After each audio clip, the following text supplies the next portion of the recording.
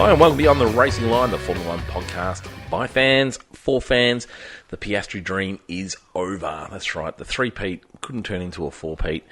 And Max Verstappen took away the huge win in Imola. But mind you, I thought it was a pretty decent race. I'm joined by Tristan Pocock and Shane. Hello, Tristan. Hello, mate. Hello, Shane. Everyone. Hello, Shane. G'day, how you going? My voice Did you just clear your throat for your first noise? I feel like my voice just broke like some sort of 18-year-old. Good Lord. Yikes. Yeah, how's the start of the triple header? It's a triple header. How good's that? Thank God it's a triple header. Motorsport coming out our ears at the moment, which is great. Tell me more. What else is there? We had WC, got Indy 500 coming up. It's already race week already for Monaco. Jeez, that big just hit. come off. Oh. I don't like to talk about Indy or something like that often. Those hits. What is this practice at the moment? Is it qualifying? Practice and qualifying. Yeah. Those hits on that same corner. Yeah, they are huge. How's the rollovers that we've had? I don't know if you've seen them.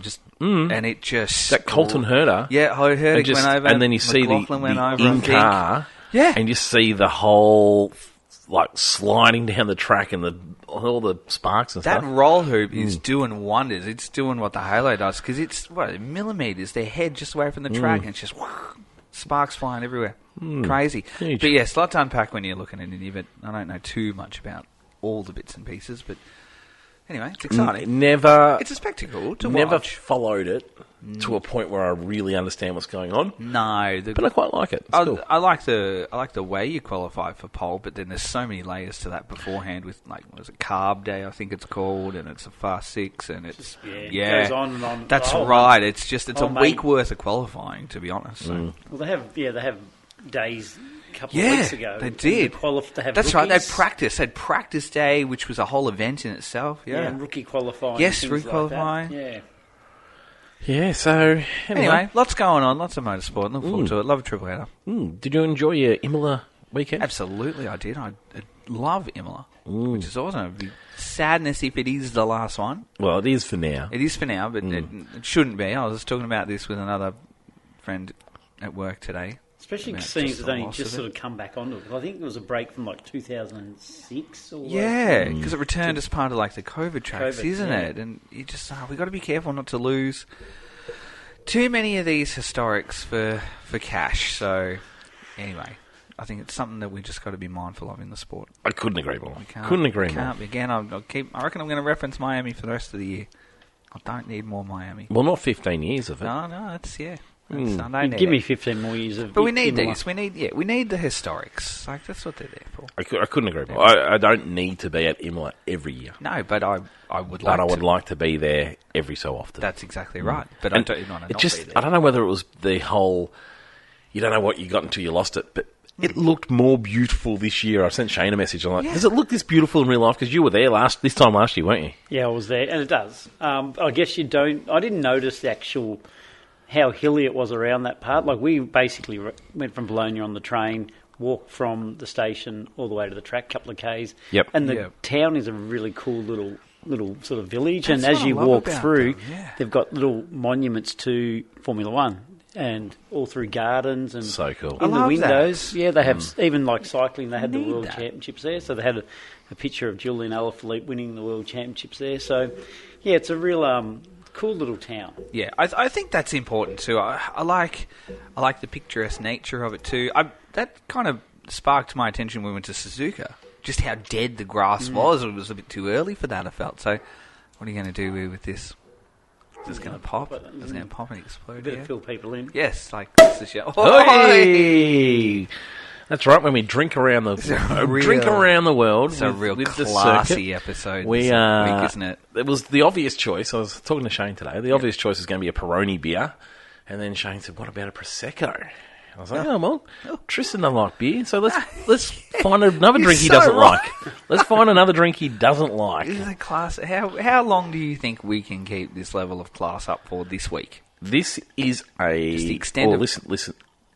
Well, there it is. I think hopefully the people at home can hear the bubble ASMR sort of action there. Here we go. So we've got a prosecco, and it is obviously prosecco is an Italian sparkling wine, fruity. but this one is actually from Italy. So Italy hasn't managed to lock everyone out of the world. I think they're trying at the moment to stop people from calling a drink prosecco unless it's from the region of Prosecco.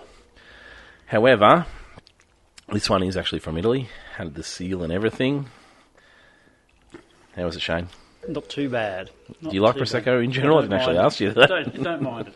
Yeah, you're not a. Yeah, Tristan's not going to like. Have you had champagne before? Yeah, I have. So it's along the champagne lines. That's fine. Yeah, it's not sweet. Well, it shouldn't be. I feel like we need a cheers. Yeah, well, this is cheers. Yes. Oh, well done. So, yeah. What classy people. Prosecco it is. I'm going to try and come up with something slightly different. We might have to have Peroni's maybe for Monza, but I feel something like you can just slightly nibble different. away at that for the next hour and a bit. There you go. Here you go. You know, bubbles going on. Yeah, well, that's the sign of a good Prosecco. Is it? If the bubble is fine. Well, maybe this is for champagne, actually. If the bubble's fine and it continues on, the glass should encourage it. How would you rate how mine's going at the yours moment here? Yours is going a lot better than Yeah, that's mine, true. actually. Yeah, that might be to do with the way that it's been washed. That glass. That is looking... that glass. No, mine's okay. And there you go. I'll have a chat to the maid. Thin ice there, thin ice. I wasn't talking about my wife. Even thinner ice. Yeah. Dear. Yeah, so anyway, we're going to continue on. We're off to Monaco. Drinks in Monaco. Shane and I have a little chat about that. Yep. It's pretty much France, isn't it? I'm not sure there is. I'll have a little research, but I'm not sure there is a Monacan drink. And if there is, I don't believe I'll be able to afford it. Really? If there is something that comes from Monaco, I'm pretty sure I can't afford it. But we'll see. So we might have to go down the French route, just to the fact that we don't go to a French Grand Prix. Okay, that's fair. We've got all the goodies tonight, but we don't have Sam. Sam's still under the weather. He fought through valiantly last week for our friend Frenzy show, but couldn't get up for this one. And he had something ready to go for a new segment. Did he? Yeah, but we got told him to hold on to it. He wanted me to do it. And, you that's do it. right. No, you do it. Yes. But Shane has come prepared, so we've got a new segment again with How's Shane. the level of preparation? I know, more than you've done in the entire. And you know what? 8, At 9 no years. stage would I ever be doing that much heavy. I'm exhausted looking at it. I used to do this every episode, and I know. realised neither you or Watson used to look at it. So I was like, I'm not doing this anymore. The first thing was sitting. You read just for me. Read the episode notes. Would be like, no, I haven't. No, I'm glad you've got that. I do have a little bit of preparation for you. I know you've given me a little I've bit. got a little I'm bit. excited. I've got a little bit. I wouldn't say it's a new segment, but it's just something different. It sounds to bring. to me, Shane, like he was feeling a little overdone. Underdone. Not underdone. It feels like he's had to bring try an and prove his amount worth. of high quality. No, it's more for like the benefit of listeners, and stuff like that. Anyway, Shane will get to his segment too because he's looking at his notes. Not then later. It's not till later. No, not till later. No. We're going to start with an opening question. All right, we've got all question. our standard goodies, but Shane's going to bring his segment. All right. And yeah, we might do your segment just before Shane starts. Okay, I like it because it'll lead flow in in nicely. Yeah. Just a bit of a one-off sort of thing that I'm hoping will stick. I like it. Opening question comes from Kingsley, one of our opening question givers. Paul Cook actually reached out to us this week and said, how do I send an opening question? And you send it to a direct message to the page. We don't generally put out the post for it because we can only get to one a week. And generally I find I love having them. Don't get me wrong. Send them in. I'll put them into my bank. But we don't generally need 10 a week because I always feel bad if I don't use somebody. 10 questions a week? No, well, if we put out a post, we might end true. up with 10 different questions. And so that's very true. Then I feel bad. Don't have them. So, but do send them in because I'll reach out when I don't have one. But Kingsley's reached out. Usually Kingsley sends his when he's been drinking, and that's what I like about his opening questions. His question was, what drunk purchase have you made, or what's the best or worst drunk purchase you've made? Jesus. And I really struggle with this. You're going to struggle with this because you're not a drinker. I'm not a drinker at all. So I might allow you to go with an excited purchase or a regretted, like one of those. Yeah. What do they call that when you? Buyer's remorse. Yeah, or like you get too caught up in the moment and buy things. I don't do that. I don't like buying things, even though you do say I like a gadget. You do. Shane, I reckon you'd have a couple. No, I haven't been a big drinker. You're not talking to the microphone again. Sorry. There we go. Well, that's much better. That's better. Gee. New people. No, I haven't. I'm not a big drinker, so I don't really think I've You had... say that, but all the pictures of you are drinking things. No, that's just what I send you guys. Okay. Yeah. Regretted See, purchase. I've got one of those. Okay, give me that. A bike shop. Oh, bike shop. Just a whole shop. Oh, okay. Shane likes cycling. A percentage of a shop. Businesses, obviously. Yes, and it turned out to be a very expensive, regrettable purchase. Well, shops are expensive to buy. Anyway. You worked in there for a bit, didn't you? No, I didn't work in it. I didn't work in it. It was in the city. I thought you worked in it for a little bit. No. Oh, school holidays. Yeah, okay. Yep. It was a flop. Anyway. Yeah, okay. Do I have a regrettable purchase? I probably had a car or two in there. Although, mind you, I've loved all my cars, so... Oh, yeah, my Barina was a regrettable purchase. Okay. Just, Quite often, for Tara and I, we'll go out for dinner and have a few drinks. Yep. And then we'll continue on. Yep. And then you get home the next day and you're like, oh, man, how much did we spend on dinner last night? Yeah, that's fair. And that can be sometimes a regrettable Yeah, sometimes purchase. things. But I don't generally regret it. It's just like, oh, boy. Yeah. I hate missing out on something I really want to buy.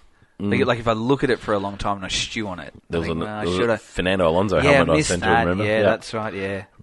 Things like that. Like, I wanted to buy an Oscar Piastri jumper last week, and I waited, and I'm like, do I get one or not? And then it went, and it was like the moment it went, I wanted it. So stuff like that. Yep. Yeah. Anyway.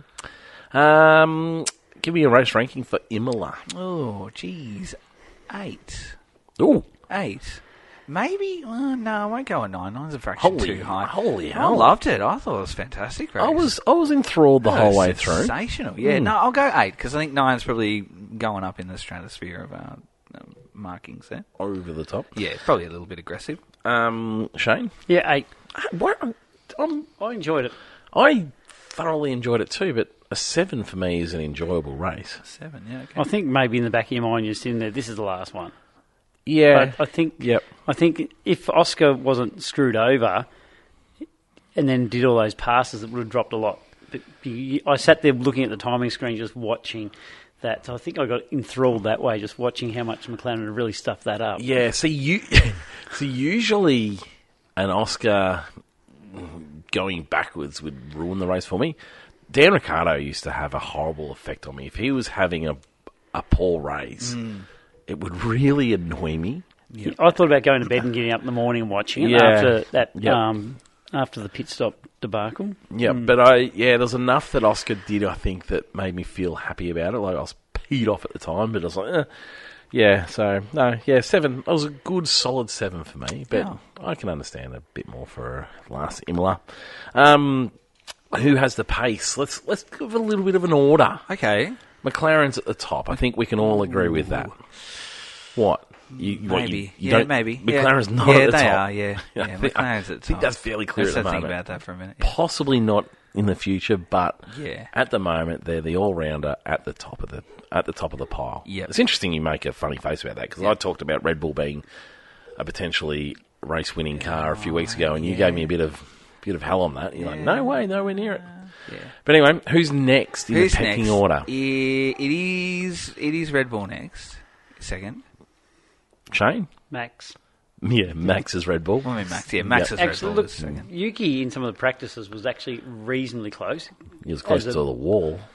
Yeah, apart from that. But later on, when he was only sort of a tenth or so off in the early parts of qualifying, he obviously mucked up.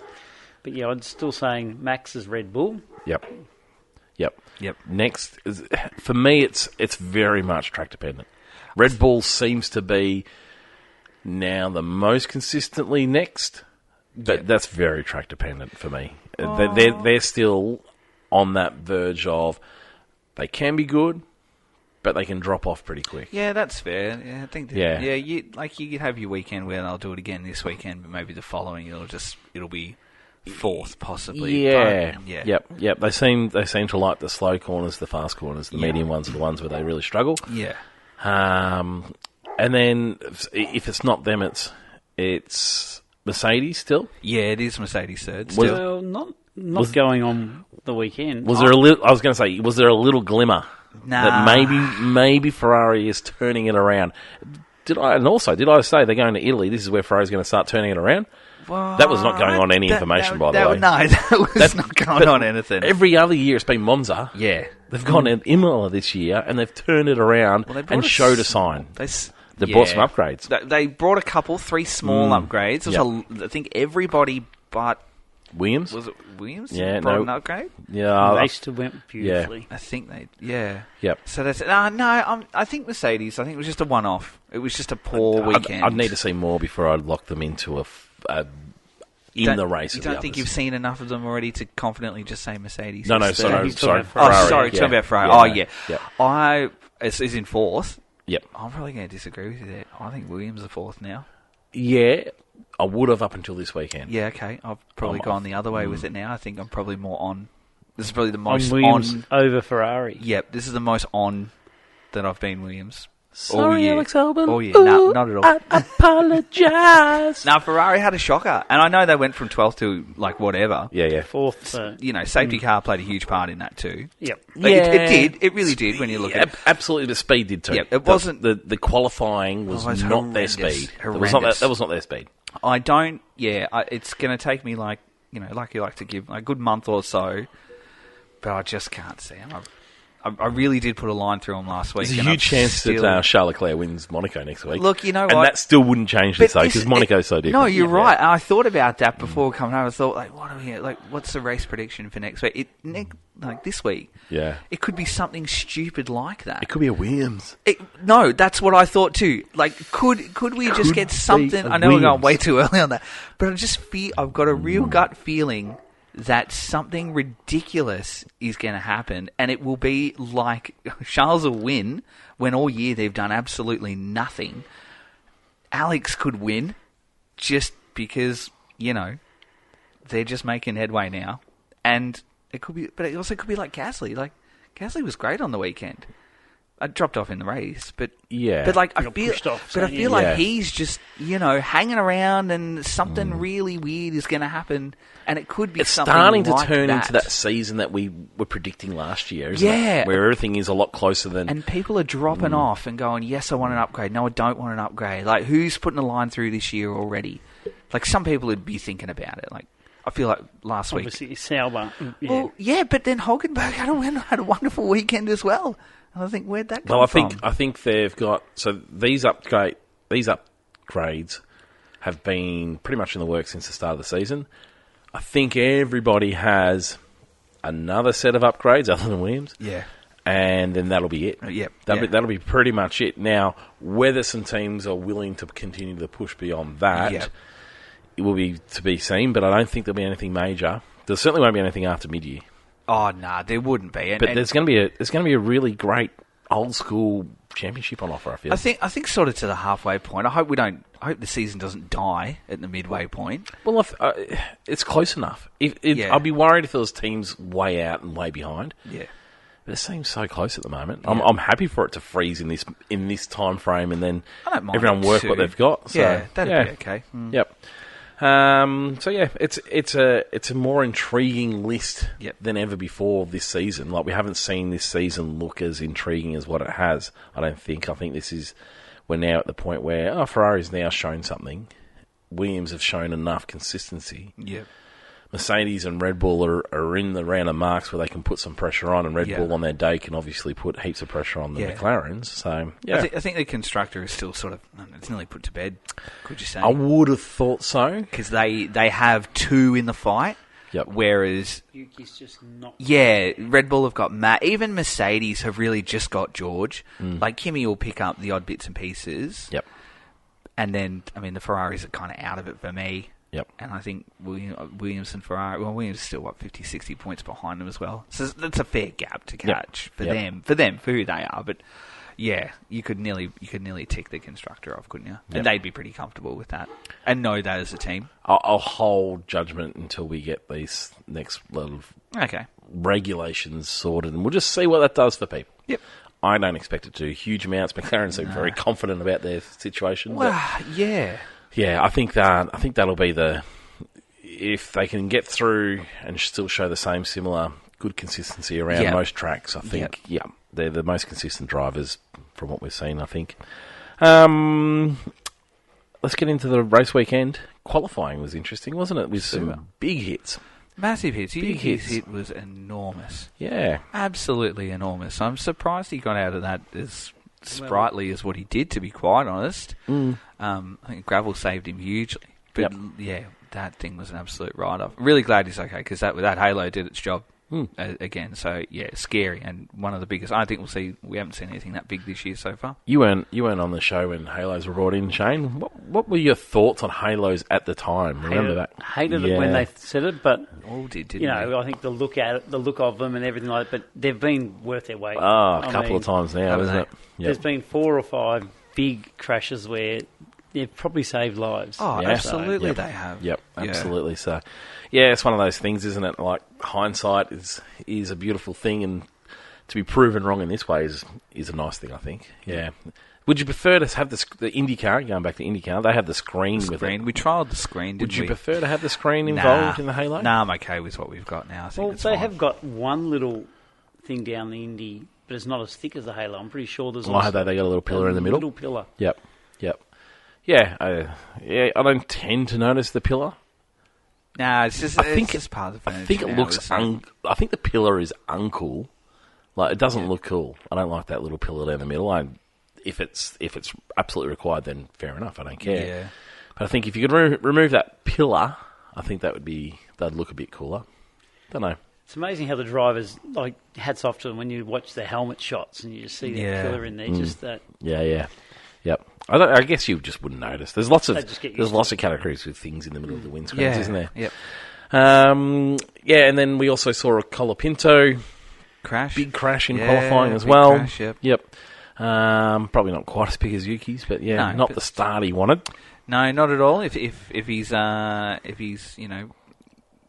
KPIs are be fast, score points, and don't crash. Didn't do those. He didn't do any of those things at all this weekend, didn't he? So that's not up to us. No.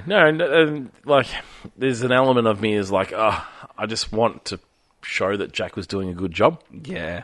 But there's also an element of me wanting to see Colapinto go well as well. He's sort of like, they've made the choice now. You may as well see a young driver go well. Yep. So it'll be an interesting watch. It certainly wasn't the race weekend he needed, though. Nah. Probably raced okay in the end. He sort of was, by that stage, he wasn't going to get through the field much, particularly at this track. So no.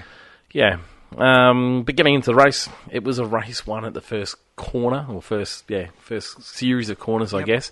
We saw Piastri qualify on pole, and I went to bed thinking this is going to be a beautiful race. I can't wait to get up and watch him just control this race. This is an Oscar moment for sure. Just needs a cool head.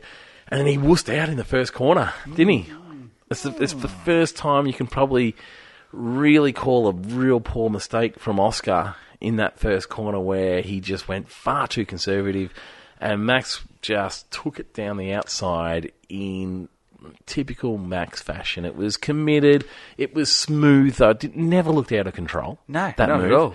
At all. He just made it. Everyone look a bit silly. I guess Oscar, I mean, he took ownership for it and said pretty much exactly what I've said. He just was too conservative going to that corner, and from there, it was going to be difficult because that Red Bull had enough pace to sort of hold the McLarens back. This year, we seem to find that following is a huge hindrance, particularly on a little narrow track like this one. And that's what we saw for the race. We saw sort of Oscar sort of drop back slightly and then drop back a little bit more.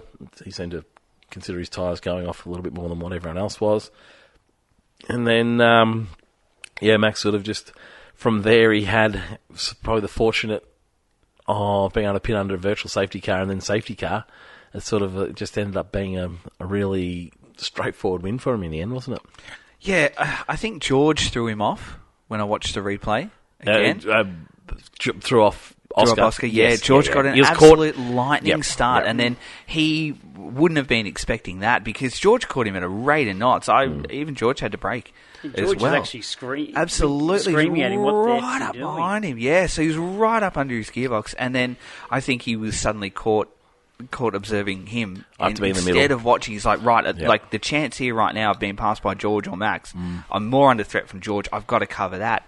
And then, obviously the skill that is Max made him pay for that. So, yeah, I think that played a huge part. But There's a possibility it was done either way. Look, and it really could have been anything. If he covered off Max, both. maybe George would have opened the door for That's George. exactly right, and he's right. He said openly, I hit the brake too early. I thought I had it under control, and I didn't. But I'm not too critical of it, to be honest. Like, I don't know that there have been too many people too critical of it. It's just, it is what it is. And it's racing, yeah. He got beaten and around the outside by a better move, and it was a great move, and, that's sort of it. And then off into the distance. And then off he Max. went, that's exactly right.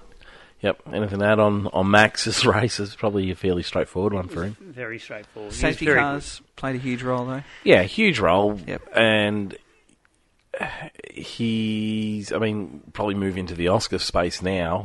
We'll touch on Yuki in a minute, but Oscar's move just allowed Max to do what he wanted to do then. But that was the hard thing. It was like McLaren it was like they were splitting strategy, but not really. Yeah, I still thought Oscar came through the field really well, though. I was incredibly impressed with that, but it's sort of Max wasn't ever going to follow his suit as long as his tyres were happy. Yeah. Or happy enough, because they were going into traffic, and that was the big issue. Like, there was undercutting happening all down the field. Yeah. And McLaren even opened the door with a slow pit stop, but Max was never going to take it because they were going into traffic. And so it was, as the leader, you'll hold that open space and that free air for as long as you possibly can. And yeah, that made just as much difference as anyone, I think. Yep. But McLaren made that mistake that the undercutting you mentioned was from someone that dropped back into a lot of clean air. Yes, yep. Sat there with the times and just watched every lap. Yep. Apart from one lap, Oscar made up ground. After that, he just lost a second, lost a second. Because of that traffic. Traffic. So they were great overtakes, but the track nature only allowed one spot to really overtake. Yep.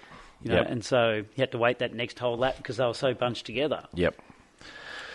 So it was hand on a platter for him really, but that first move at the first corner made all the difference, I think. Yuki, let's talk about Yuki's race. Started in pit lane to points. A point, I think, in the end, wasn't it? Yep. 10 points. Is that a pass? Yep. Ooh, why are you giving him a pass? I just don't understand. Because he scored.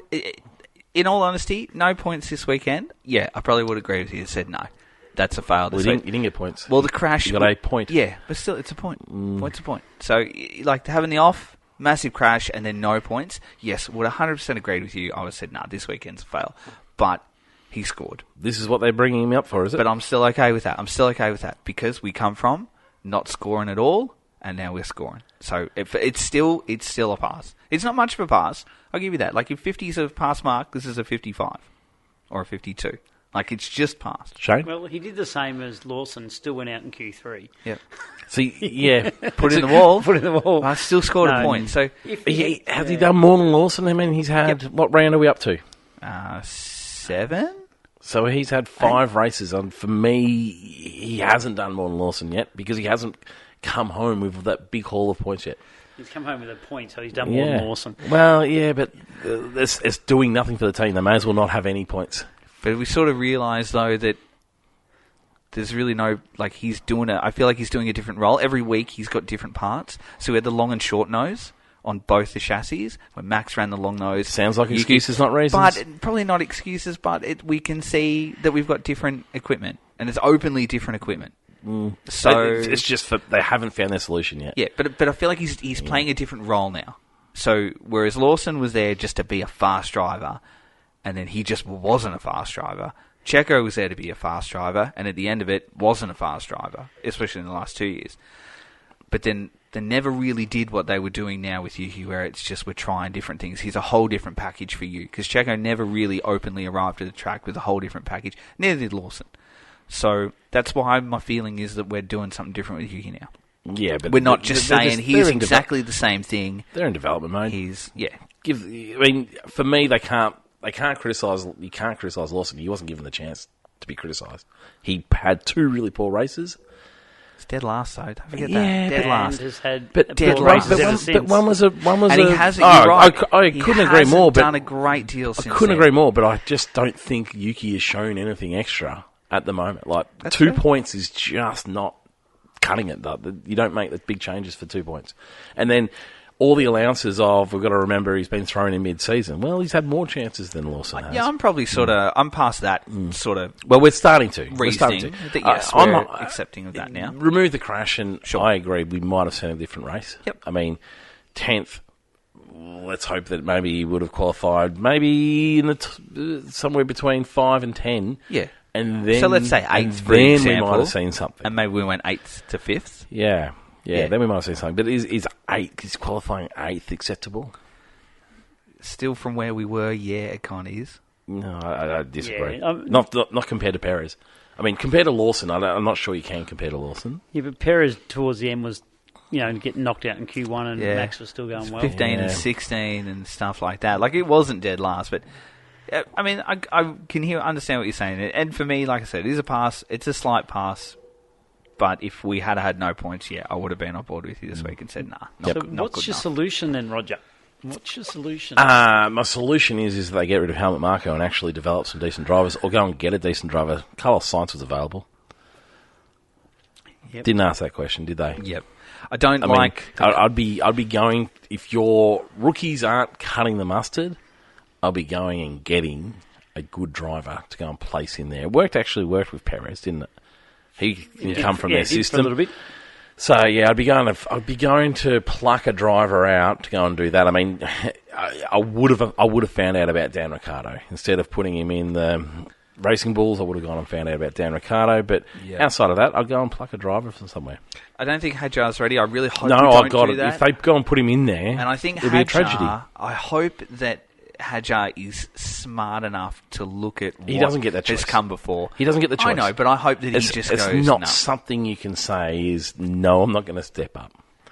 Yeah. That's what you can't believe in the media nowadays, because I've seen somewhere where he said, "Oh, I'm ready," and then I've seen other places where he said, "Oh, I'm not ready." Yeah. I know I'm not ready for it, and I don't want to jump into that seat. So Yep. McLarens, they were probably the strongest in terms of outright pace. Without being in the front of that field, you just wouldn't know. I imagine Oscar would have done the same as Max, and Max would have struggled probably slightly more than Oscar, following. Maybe not, but that would be my prediction. But yeah, they ended up still coming home in a second and third. When the weekend doesn't go exactly to plan, you're bringing home second and third, things are still going pretty well for your team, isn't it? Yep. Norris's race, qualified fourth, into second, pass, yep, absolutely decent. good battling there at the Yeah. start. Yeah. Still hasn't quite got that qualifying last step, has he? This was Oscar last year. He Yeah. couldn't quite get that step happening, and whereas Norris is struggling now. Well, he said that there's been changes to the car that are just not suiting him. Or they've made changes to the chassis and it's become a deficit for him, but it's become a strength for Oscar. Yeah. Which is fair. Like, I take him on face value with that. Yeah. Yeah. It could be His something. explanation at as the simple moment is he's just not fast enough. Yep. And he needs to improve. Yep. I think Oscar had a couple of goals in mind. He wanted to improve certain areas, and he's gone about improving that. Yep. And I don't know the answer to this. I'd be so interested to see what Norris is doing about it. Oh, he's I probably can't- working away at it. I would have thought so. Like, he won't be sitting on his laurels with that at Well, all whatsoever. Maybe. Really? Some drivers don't get in the Sims. I don't know whether Norris is in the Sims. He's removed He himself lives in from- Monaco. He's removed himself from social media, he said. Yes. Totally removed himself, which is an interesting comment that he's taken a step back. So I feel like things like that is him going, you know what? Because he is a real popular off-track driver at the moment. Absolutely. And has been. And has built his brand and his reputation of who he is. And I wonder if he's looked at that and gone, ooh, has this put a little bit of a chink in my armour and is taking away from what I'm doing on track. So what I'll do is I'm going to remove myself from social media. I'm not going to be doing these other bits and pieces. And I might just take a minute just to focus on what I'm doing. Dan suffered from being too popular. Oh, yeah, and he didn't talked about that too. However, like what is he? He's 7... he's a handful of points behind. It's 146 to 133. Absolutely. And as it he is says, not alarm bells. his race days, his Sundays are fine. Yep. And that he said this race days are fine. It's all down to the qualifying pace, and it's tenths, hundredths all the time. That's right. It's not far off. And Lando won in Australia. And then Oscar's gone on the run of just nearly 4 on the bounce. 3 in a row. It was almost 4. And he's still only 13 points behind. So it's not to his own accord. Yep. He's not fast enough on a Sunday. Yep. On a Saturday, sorry. And so I'm not accusing him of not doing the work. Yeah. I'm just really interested. Sometimes you hear about, they've gone and worked away at this in the simulator, and they've spent all weekend there, or the 4 days there, just trying to work on certain areas. I'm just interested to see what he's doing. You might not want because to there's also that, though. No, absolutely. No, I'm not. But more like... I'm genuinely just interested. I wonder what they're doing about it, because there's clearly a little confidence issue there. Yeah. And so how do you pick up a man like Lando Norris who just needs that next part? I don't know whether he's dropped or whether Oscar's lifted. And that's the thing. That's my question. I don't know whether he's dropped or Oscar's just lifted and gone above him. Yeah, I reckon I've taken him, like I said, on face value, what he said about the chassis. I think they've probably both have stayed where they are, and it's just the characteristics are now suiting one driver style over the other. And that makes sense to me. Oscar's improvement across the board. He's always been on that trajectory. Yeah, he would too. I don't think Lando's dropped off. I just think he's been... Piastri's raised it a little bit. Maybe. I still think Norris has got the edge on tyre wear. Yeah, probably. He was slowly catching Verstappen after he had that 9-second deficit because of that thing, whereas Oscar was dropping away from him. And he had to fight to get past a couple of cars. I know he was in completely clean air, but he just looked a little bit faster. Yeah. And being the hunter might be easier than being the hunted, like for him, and just the way he talks about his mentality. I would have been really interested to see if they didn't go to that strategy if the race had to come back to McLaren with Oscar. I feel like it would. Oscar caught Norris. I felt like Oscar was racing better than Norris. I do too, and I don't think that initial early call was wrong. Well, it was. But in the end, it proved to be. But while I was watching it, the speed that he was catching people. And you heard a lot on the commentary, like, he's got traffic, but he was through it like nobody's business. And I felt good about what they'd done, and I really feel like that had we not have had the safety car in the VSC, that it probably was the right call, but we just didn't get to see that. Yeah, I really do. The safety car made it look good. I think he was going for the 2, and I think it was going to work. I really, really do. If he was going for 2, no, it wasn't going to work. He was going for 2, but he wasn't making up time. The problem was he was overtaking cars. He was looking slow good. cars. Yeah. He looked good, I don't feel the like lap I got times. to see that though. Yeah, well, I sat there with the lap times that? going at the same time, and he wasn't actually. He was losing between half a second and a second a lap for a fair few of it. Yeah, when he'd have a little clear lap, he'd set a lap record, wouldn't he? But then, he was held up by traffic. But he would have had that. He would have had that fresh rubber right at the end with the 2 stops, so it would have been a bit of a sprint dash towards the end. I liked what they were doing, and I feel like we didn't get to see that. There wasn't a world where I could see that coming off without a Verstappen stop as well. Yep. Yeah. Ferrari, Hamilton, 4th.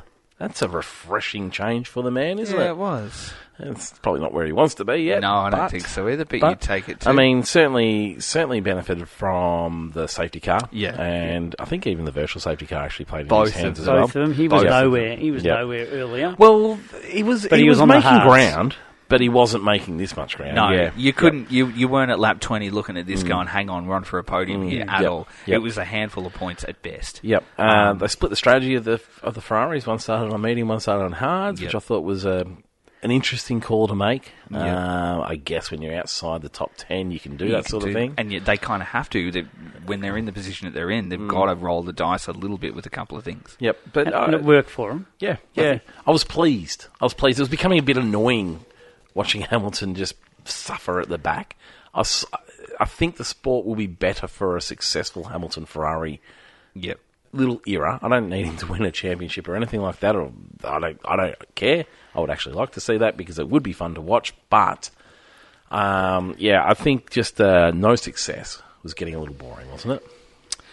Shane doesn't agree. It's a bit of a non-event. I wouldn't say it was boring or I was like detracted. That's what I mean. It was a non-event. Yeah. So I wasn't missing it. I wasn't desperate for it. But there was talk about the non-event. Like, there was so much talk about Hamilton. Can he get it going and all that sort of stuff. And, come on, like, I'll let it go one way or the other.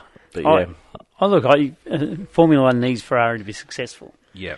With that history element, I still think they were better off to keep Leclerc and Sainz, but for a marketing thing, it worked for a little while. But now if the results don't come, and look, that probably looks like a good result, but yeah, you can tell Leclerc was frustrated because he was probably faster, but because of their strategy and they didn't have that other set of tyres, the same with Oscar's situation in that safety car. Yeah. I'm really dirty because I actually took them out of my fantasy team. Did you really? To get McLaren, to get Mercedes in, and then Mercedes went shocker, rubbish. Yeah. So yeah, I was very dirty at that time. But anyway, So I mean, fourth and sixth, I would have certainly taken that one at the start. Like we said at the top of the show, it's a watch to see whether they made the big improvement, isn't it? Yeah. It's a watch. I'm going to hold them for a month here to see. Well, next week won't give us the information we need. Not at all. Because that's Monaco, and Monaco, they might be looking brilliant. But like you said, they do something silly and just go and win it. However, could be a 1-2. I'm a big believer on winning is a learnt habit, and I think success sort of breeds that success. Yep. And so it might just sort of kick them along the way they need it. Alex Albon, 5th. And it really should have been a Carlos Sainz 5th. Poor old Carlos got screwed in the strategy, didn't he? Yeah. Actually, probably could have been Alex Albon 4th. Or 3rd, potentially. But fourth, What about the Charles... I want to mention this. What about the Charles hand position back? What are your thoughts on that? When he overtook? Because I was... And not an anti-Williams thing, but I was filthy at that because I was totally in agreement with Charles. I don't know what he did wrong. And then they gave it back... And he was filthy to give it back, and for me, rightly so. And then ended up being no investigation and no further action. No, well, because he handed it back. No further action. He handed it back, so there was no further investigation. I reckon they've stuffed that massively. That's their stuff up at the weekend Ferrari. That they, It was a touch and go one. Really, I thought it was nothing. The rules are so challenging at the moment because they're stopping a bit of racing, but they're also, like, the drivers were getting so bloody smart that they were just using the rules to their advantage, and they were able to push cars off track, and you can't have that. No. Or if you don't have to give that room, would see no one overtake. Yeah.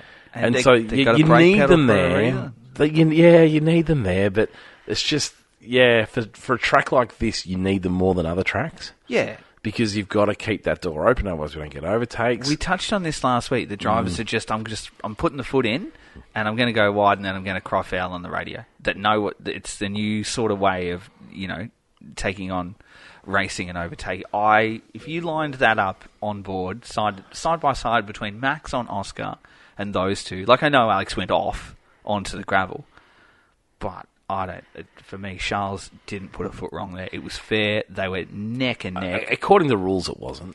Yeah, I think they played actually safety because I think if you look at it, if he had got a 5-second penalty or a 10-second penalty, he would have dropped to 9th place. So Red Bull wouldn't have done that. They would have said no.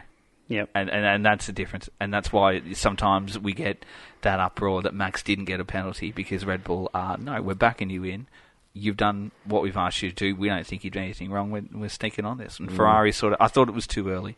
They shouldn't have done it. It wasn't too early because they were noting the incident. Yeah. And when they note the incident, quite often with those sorts of ones, they do. Well, though, mind you, a few got through this weekend. I feel they should have backed their driver in and listened to Charles. Hang on, I didn't do anything there. He knows. He knows. No, you can't listen to the driver. The driver's the last person you listen to. You've got to watch the footage, see who's where. The drivers all think they're innocent. The last person you can listen to is the driver. I was a little bit sort of roll of the eyes when we heard Alex come on the radio again with comments like, "Oh, that's not fair," or "That's unfair." I thought, "Come on, mate. We've had comments like that from you before." He's feeling a little dirty. No, I'm just saying, some success. I'm more on Charles here. It's not an anti-Williams thing. It shouldn't. He didn't do anything wrong. If that's the level that we're saying that's not on, then I think to be rude, geez, but then come on, like where are we with racing? That's a hard thing, isn't it? Had the hard thing with giving the place back. Albon had also lost his spot to Hamilton. Yeah, it's so hard to you can't readdress that because he's overtaking. Hamilton's done nothing wrong, but I think Albon was going to get him anyway. Look, he probably would have. I felt for Charles in that moment. Like I said, I don't think he did put a foot wrong with that. It was pretty fair. It was pretty clean. And like I said, this car's got brake pedals for a reason. You can hit it, and you can have another go. And we're just not prepared to do that at the moment. Carlos Sainz ended in 8th in the end, but he was the qualifier of the two, wasn't he? Like, it sort of looked like, oh, here we go, Sainz is going to be on top, and then once again, Albon is the one taking all the points. As silly as it sounds, Sainz's race to me is just... I feel like I couldn't tell you. I really can't tell you what he did because I was so focused on what was going on up front. Yep. And it just become, even to realise that there was a strategy error, I sort of felt along the lines of. Well, I think he was there. I think he was a pit early. He was one of the early pitters. Yeah, the Astons were an early pitters too. Yep. So yeah, I don't know. But yeah, solid from the Williams group. They're a team on the up, that's for sure. Russell in 7th for the Mercedes. That's the earliest Mercedes. So just wasn't their space, was it? I feel like more often they are going well. Yep. And these off weekends are less common. Whereas I think for Red Bull it was the good weekends were the off. Yeah. But whereas they've sort of switching it around. Well, a George, bit. the way we described George's weekend is did nothing, ended up P3. This weekend it's just did nothing. Yeah. And and ended up with nothing. Nothing to write home about there. Have those around him raised the game? No, It's just a shocker. Just didn't put it together. No. Yeah. And a DNF for Antonelli, it was just, it was a line through this weekend, we move on. And he was going, Antonelli was going nowhere as well, so I think the car just didn't quite. Yep. Nice to see Hadjar come through with some points, because quite often he's in and around about. Yeah. And then you get shocked to see that he's gone so few points, so coming home in 9th was a good result. He's driving that car very well. Just leave him alone. Leave him be. Yep, leave him there, leave him do his Don't thing. touch Doing him. a great job. Australia not, is well forgotten, isn't it? He doesn't. He's well in the past. He does not need touching helmet. Horner, you guys just keep your hands off him. He doesn't need. Yeah, that's right. Yeah, it's just leave him be. Let him do his thing. Anyone else you want to mention from anyone? I thought the Astons the great man qualified 5th. Oh, tell you what, it was all happening at my place. It was. I was like, it was more of a sigh of relief. I was like, thank bloody God. See, through Thank practice, God. they weren't qualifying. No. They weren't looking at qualifying. They were looking at race strategies, and he was changing things so often through practice. Yep. I was like, oh well, they're going to go for the race strategy. Yep. And then he qualifies. He qualified 5th. I was like, wow. And Stroll, without the updates, was quite close to him as well. So they only ran the updates in the race on Alonso, I think. Yep. And Stroll actually qualified quite well too. And he was like, you had to have a laugh at Alonso's little hissy fit on the radio. I'm the most unluckiest driver ever. It's incredibly correct. Incredibly correct. They all think they're unlucky, don't they? Look at me, I'm eating snacks anyway, mid-podcast. Look at I know, like noise. You're a We noise. can hear it. What about enjoying a piece of chocolate. What about his comments around Silverstone already? Just like we're really happy with what we've done here, and we're looking forward to Silverstone as well. Or you should be excited for Silverstone. Alonso. Yeah, maybe it is a package that they know is going to be up and about at Silverstone. So that was his comment. Didn't mention this weekend. I think they generally look at this one. So he's going. Yeah, we are ready to go at Silverstone. So let's hope. Touch wood. Let's hope, because I just Stroll's getting sick of carrying him. So that's right. The bruise those shoulders. My God. Anyway, I'm in mourning still, so I don't want to live the season like this. Anyone else? Fifth you want to mention? Was terrific. The Haas has had a nothing weekend. Tell me, was Behrman unlucky in qualifying? No, not at all. Yep. Not at all. No, the red came and he didn't cross that line, and no. And I know we've touched on this discussion before, but surely there's going to be some way that the crashes happen in Sector 1. Surely they've got the technology to put a red flag, that part of the track, the rest green. Tristan's just trying to get some more chocolate. You can't, no. You can't No, because you have to stop people coming out of pit lane, because you can't have more people entering the track. And you can't be approaching the sector as well, regardless of where it is. Yeah, they want them to shut it down. quite often they'll try and hold it as long as they can to let people finish their Finish the laps. lap. But you can't let people enter the crash zone, and there And were then, people there pretty quick. Then you open up that whole can of worms. It's, okay, well, we let such and such finish.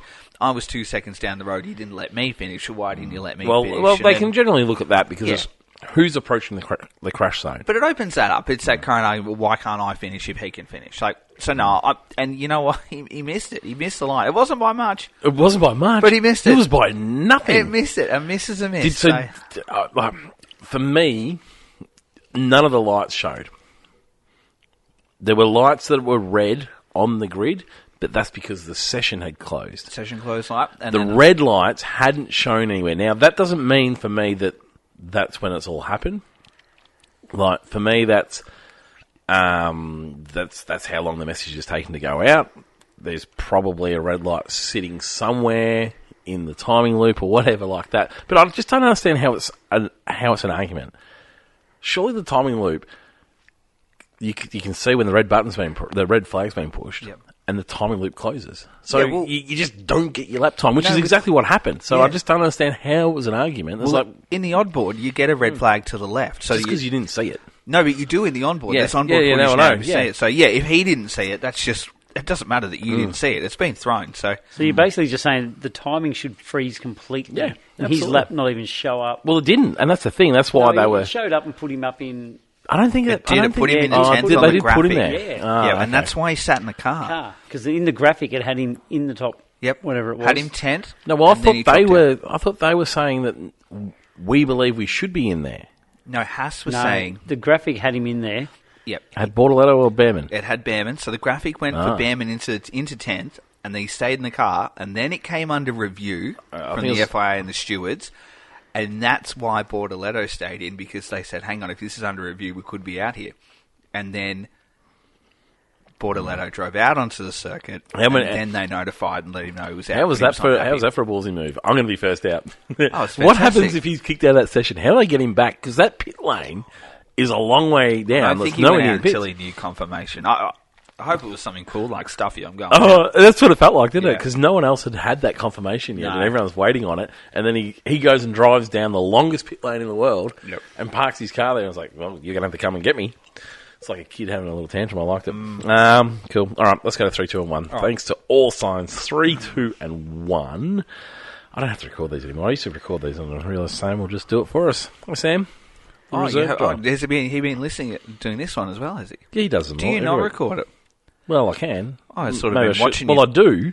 I was going to say, But I maybe usually all right, maybe I'll keep I it watch going. you type away. Oh, If you're not yeah. recording, what are you doing? I'm fairly sure. It's all pretend. You just like my Yeah. son at his keyboard. Look at me, I'm sending an email. all I right. wouldn't put it past you either that you pretend Well, that's true. you're fake typing. That's true. 3 to max. 3 to max. Yeah, because it was super. It was super. 3. Yep. Oh, I'm with Tristan. Yep, it was super. okay. He's lifted. You can feel it. You can see it. You can feel it. This weekend is going to be. It's going to be a make or break weekend. It's going to be Brazil last year. I feel. I'm going to throw the gauntlet down. I'm going to throw in an absolute barnstorming lap or sector, and I'm going to nick it, and I'm going to almost take the lead in the title. It's got that real feel about it that he is building. And he's ready to go and just take this championship by the scruff of the neck. You've said you're going 3 to max as well. Yep, I'm going 3 to max. I'll give him 1 for a ripper first corner, and outside of that, the race was handed to him. So 1 point to max. Okay. Yep. I'll give 2 to Alex. Oh, gee, we're thinking a lot Yep. today. Yep. Really? Yep. Got to Oh. give 2 to Alex. Well, I give 3 to Alex. So, Oh, and okay. you're saying 2 to Alex, eh? 2 to Alex, Okay. yeah. What's 2 plus 2 plus 3? 7. You were thinking about it too, All weren't right. I'm going to give Alex 3 points. I'm giving him 2. Yep. Who's your one? And geez, I mean, you could throw. I'm going to say Hulk.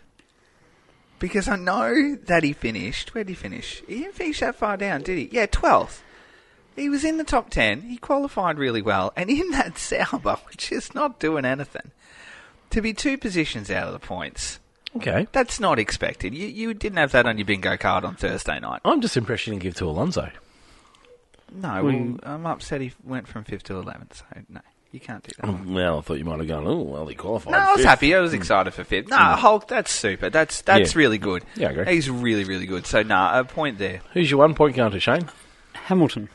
Oh, It's really? big for me to give it to Hamilton. I know that he was lucky, but, he stuck at it. He's brought a Ferrari into fourth place after starting, 12th? Yeah. I don't think I've got Hamilton on my list. That's how many points Hamilton's been getting. Well, that's fair because I'm doing anything.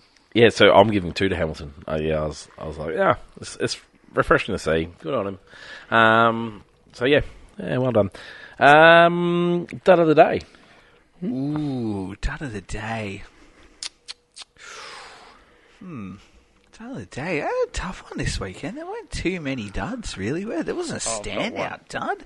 For me, to be quite honest, if I'm going to give one, I give it to Ferrari for qualifying horridly, but then they Turn it came around. through in the race. So I'm going to have an amnesty. I'm going to have a dud-free week this week. I couldn't tell you. There was nothing. Find some negativity, There was please. nothing or no one or anything this weekend. The broadcast was fine. I really enjoy Harry Benjamin commentating. Harry Benjamin's I really good, do. isn't he? I Yeah. really love Ant. I really, really do.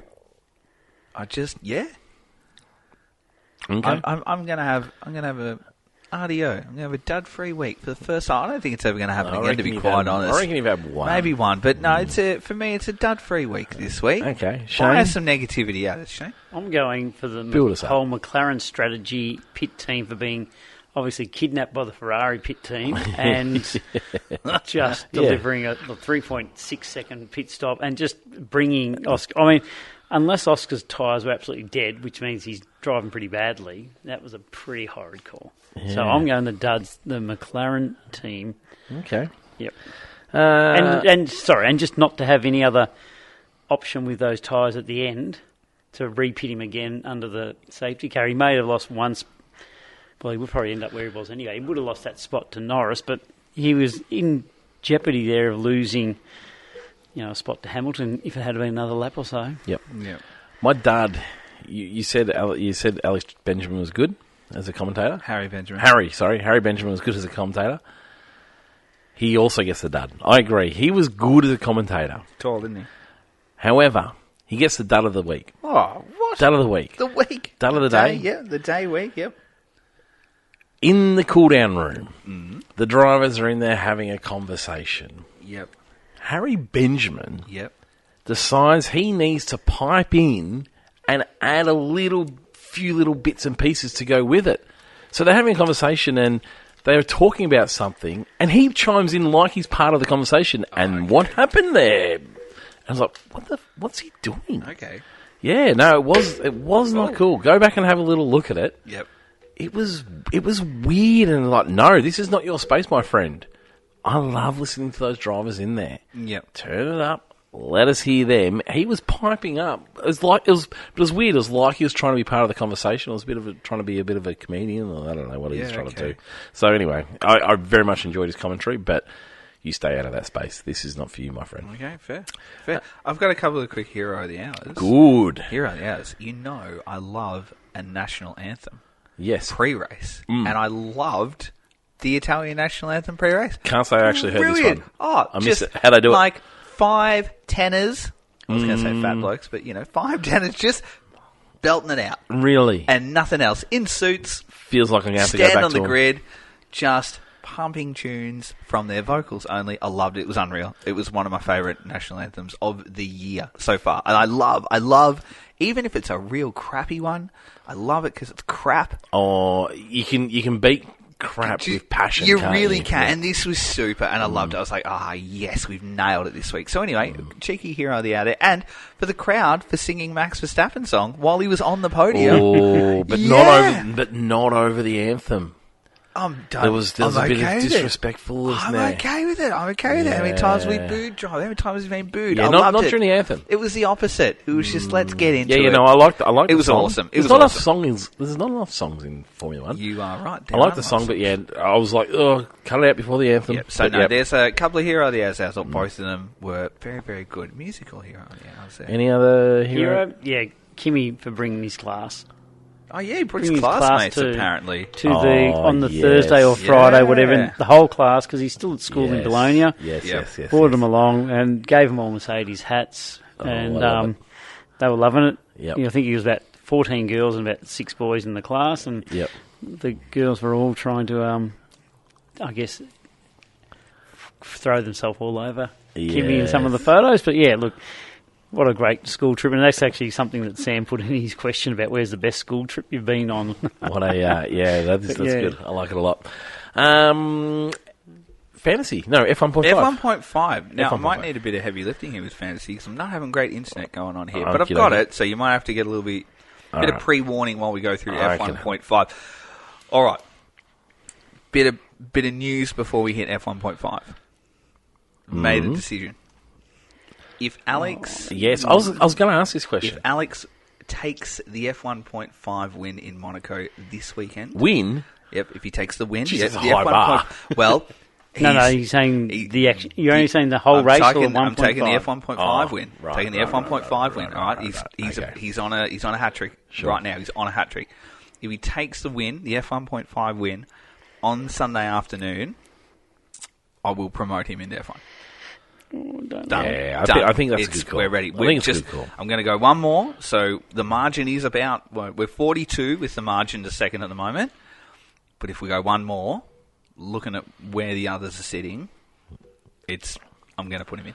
I reckon it was only about 3 weeks ago. Yep. 4 weeks ago. You said, we've got our field, and I don't think it's going to change this year. I don't think I'm going to be relegating anyone. I don't think I'm going to be promoting anyone. I'm very set with this field. No. And the wind has changed. So his season so far is first, second, fourth, second, first. You'll do anything. I'm really 70. You do anything to not admit that Williams is brilliant. I'm doing the right thing. I said to you this week, James Vales has turned him around. I'm okay with that. I told you I'm on board. I'm coming on board now. I'm promoting him out. I'm all around it. I gave myself extra time. Other people saw one testing time sheet and were like, oh my God, let me buy every bit of merchandise ever. Yes, they turned out to be right, but that's okay. That's okay. I took my time. You know, I'm all about the month.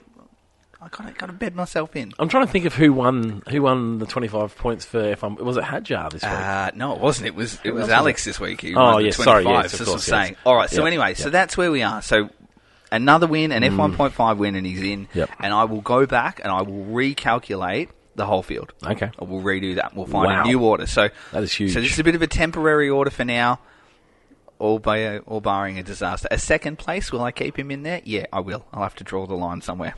Can't give it a bit of a leeway. Anyway, all right. I'm just going to go through random order that I've got, and then I'll tell you the top three after that. Yep, it's my favourite thing to do. I don't know why I'm trying to please you with these things. How many points this week for the fastest lap? 5. Okay. 5. It's always 5. Okay. It's always 5. It's never been 5. I know why you asked me that question. It's always 5. It's never been 5. It is now. All right. Colapinto joins F1.5 for the first time and scored 2 points on the weekend. So welcome, Franco. 2 points. That's nice. Lawson, 35 points. Hadjar, 88 points. Bortoletto, as much as we're enjoying him ticking around, he's not doing anything. He's on 4. In total? He's not doing anything. I thought everyone's got... hang on. I'm looking at that, and that hasn't actually added up. Let me really crack quickly. Not everyone scores points this year? Sorry, not everyone scores points. Sorry, 8. He's still not doing anything. He's scored 8. It's not happening. It's not happening for him. So anyway, 27 points for Hulkenberg. It's a little bit more respectable. Jack leaves us. Farewell, Jack. Leaves us on 19 points. Bro, Jake. Which is, and we had that... Well, if we were getting these in order, we'd have some understanding of what's going on. And I'll tell you what that means at the end of that. Gasly is on 58. Alonso is on 48. Not scoring points in actual F1, but in F1.5, ticking away 48 points. Lance Stroll's on 29. We say Lance is doing a better job with, the other things that he's doing, but he's just... How many is he on? Yeah, he's just... not 29, 47. No. Sorry. I'm not having a good night. I'm not having a good night here with the tech, sorry. He's off. I haven't got internet. I'm not having a good time with the tech here, as I said there. So, anyway, Behrman is on 61 points. Ocon is on 68 points. So that's, boys, that's not too bad, but it's not awful. And then Science is kicking around on 84 as well. And Alex Albon. It's Alex Albon who's just leading all charges 126 points for Alex. So it is all guns blazing for Alex. He has 2 fastest laps as well. So anyway, it's all happening there. That's F1.5 for this week. No, you didn't give us the top 3. Well, that's the top 3. So Alex is in first. Mm-hmm. You've got Science in second. He's moved place. up to second. He has moved up to second place as well. And then you've got Hajar, who is doing quite well here at the moment. Kicking on his 88 points as well. So sorry, Hajar is second. I'm not having a good tech night here. It's not happening with my tech. I need my notebook back. I need my notebook. So it's Alex. It's Alex in first. It's Hajar in second, and it's Science in third place. So anyway, that's F1.5 for this week. However, it'll kind of be for this week because it'll be a new standing. I predict a new grid. It's all going on. It's ready to go. So anyway, just looking at fantasy. What is that ad for? Disney. So that came out this morning. What is that? Came out this morning. It's been nothing more than that. It's 2026 F1 times so Disney. Obviously going on to Disney. So my gut feeling is Mickey and Friends collaboration in 2026. Yeah, and I think it's going to go to Disney Plus as a streaming service in just the United States only. Because Disney Plus have started doing NBA and they've started doing hockey as well. So you can get some sport on Disney Plus now. I have Disney Plus at the moment. I've been watching the Minions. And I noticed I can watch hockey as well. I don't like hockey, but I know I can watch it. So anyway, I think there'll be some stuff. There'll be some merch for kids and that for sure. But I think it's going to move to the streaming service. So anyway, that's it. So that's F1.5 for this week. It's light on detail, isn't it? It is. It was nothing more. I think Grosjean had a picture of him and Mickey in front of the car, and that was it. I haven't seen much more. So it's a bit of a watch this space. Okay. Fantasy, a little bit of fantasy. So you have to help me fill the gaps here, fellas. I'm not having a good time with tech today. Thanks to Chris. Thanks to Chris at Dr. Auto Art. Get around his Facebook, Instagram, Redbubble, emails, all that kind of stuff if you're after some sensational Formula One motorsport in general. A bit of NASCAR. I dare say he'll do an IndyCar one over the weekend as well. Bit of MotoGP stuff. Love all these artworks. So get around that if you are in the market for something. What season are we in now? I always like to plug Chris with a season or an event. We had Mother's Day in Australia. Yeah, so hopefully mothers were coming up. Is King's birthday. King's birthday here in Victoria. It's not actually the King's birthday. If you are after a special gift for someone on King's birthday, then hit up Chris with some fantastic motorsport art. All right.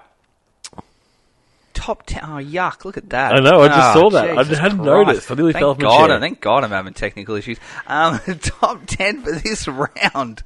Oh, looks like this. How depressing. I finished on 35th point. 35th place. That's gross. Embarrassment. I'm not having a good year. 35 with 157 points. The top 10 for the round looks like this. Zanetta on 234. Went the limitless.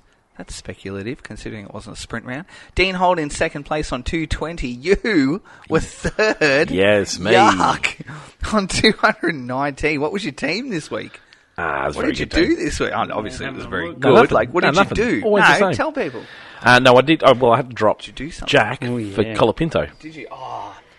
And he got no points. Thank you, Fantasy. Which is perfect. No, my strategy is, as long as you're rubbish drivers, don't lose your points, you're winning. Yeah, that's a good point. Yeah. Yep. So, I had your Williams and your McLaren. Yeah, well, I haven't changed that for a long time. That's fair. It come good this week, didn't it? That's for sure. It's been good all year. Yeah. As you'll see by the rankings, God, my I hope friend. You're not up in rankings either. You will be. You're only 20 points behind me, weren't you? Yuck, what a terrible week. Fourth is Aaron Norton on 218. Erkana Bulakbasi. Erkin Bulakbasi. There's a lot of letters going on there. Sorry, Erkin. In fifth place on 215, Jason Carter. That's an easier one. On 214, Laws Van Der Vee in 7th on 213. Rex Ashley in 8th place. Rowan Mercer on 208. And Stephen Kennedy rounds out the top 10 for this round on 206. What did you get? I ended up on 35th place with 157th. Where were you, Shane? Yeah, even further down. Good, that makes me happy. I was 50th. As I said, I got rid of everyone. No, I bought Mercedes in. Yep. And I lost 20 points with Kimmy. Oh, hang on, that's not my team. No, hang on. But no, I got rid of I got rid of Ferrari and bought him Mercedes, and that, Oh, that made sense. Good. Hey, well done to Fantasy for not screwing us over like they did when Lawson and Yuki swapped seats by making us change and then charging us exorbitant amounts of money to make that change. They just stayed the same. But you had to make the change, though. You had to make the change, but you didn't lose any money. I thought you were going to be dirty on him if... I was going to be dirty if Colapinto come in and suddenly it was like $7.5 million. Well, they couldn't because people mightn't have the money to buy No, anyway. well, that's... You would have had to make bulk changes, so they did that last time out. So I'm really thankful, mini hero of the hour there. Dean Holt leans all comers in the top 10 for the round. So I'm 24th overall. Where are you overall? 20th. Okay. I'll live with it for a week. Where are you overall, Shane? Make me feel better? 39. Well, Oh, that's not that far off, is it? I'm quite a way ahead of you now. Oh, yeah, you will be, because you've had a good week, and that's bulk points. That's all right, I'll catch you back up. 1378 I am. It'll come good. Dean Holt this. leads all comers on 1672. It's pretty close at the top. Jolie and Dyer on 1625. Andy Tails, in third on 1528. Aaron Norton, 1,508. Roman Merrick, 1,503. Richard Davies, 1,491. And then from 7th, you've got Chloe Anderson, Rex Ashley in 8th, Nicola Taylor in 9th, and Declan Carr in 10th on 1,481. So that's fantasy for... Well, hang on. This week. I just noticed the reserve driver, and he was further behind me this week. Oh, look, there's a bit of... that's it. I do the same. Talk about someone who's done a bad job, make yourself feel better. Floor is yours, Shane. Consider there's only 60 teams in it. That's I'm okay. in 50th, and Sam was in 53rd. That's worse. Listen, I think I'm going to have to sit down with the three of you. And I think we're going to have to talk about strong standards. Strong standards. We are running a podcast, gentlemen, and I feel like you're letting us down with these results. Mate, I finished top 10 last year. I think it's time that everyone lift their game. You literally forgot to log on to your team about 25 times last season. Every time we did back, you're like, I didn't know I was still playing anymore. This was the first change I've made, and I wish I hadn't. That's fair. That's fair. That'll teach you. Yeah. I'm telling you this. Now, Williams came home with the goods, didn't they? 42 points, 18 for Alex and 13 for Science. That's a big chunk of points right there. But anyway, it'll come good. A couple of mine aren't doing much, but I've committed to the Mercedes call, so I'm hoping that's going to come good. All right, this is your chance. All right, this is your chance. Come good. Yep. We're going to throw to Shane in his new segment. What's your new segment called, Shane? What is it? This is slightly different. This one. Yep, different. So this week I had a look at this one. So last week, remind us what you did last week. Last week, if they weren't Formula One drivers. Okay, so I think we're going to call this segment of Shane's because it's changing around a little bit. Shane's tidbits. Shane's tidbits. Well, yeah. Now, but however, Tristan, before we get into it, you've been doing some work. I have been doing some work, some pre-show work. It was new to me. This is first because I generally just go off my day-to-day general knowledge, which is pretty bloody excellent, to be quite honest. So I did some pre-work. Now, this won't feel supportive, Shane. That's a good way to start it. But it is. No, but it's like, I don't mean to offend you, so you can't be offended because you let people know pre-event. Yeah, so I'm looking after you. I'm looking after you. Yeah. And I did flick Roger a quick message last night, and I was like, hey, and my guess was pretty close. I was like, hey, how old's Shane? And you're like, 51. I hope you didn't want people to know that. I was like, good, because I was going to guess 50. Don't ask me why I thought that, mate. I was like, surely it's 50. Anyway. Are you 51 yet? I was trying to work out. Was it last year you turned 50 or the year before? The year before. Yeah, so 51. You're good at 51, that's fine. I would kill to be as fit as Shane. I get and I'm 10 years younger. Yes, that's true. If I have a shave, I get asked for ID when I walk into a bottle, and I'm like, I'm actually 40, so come on.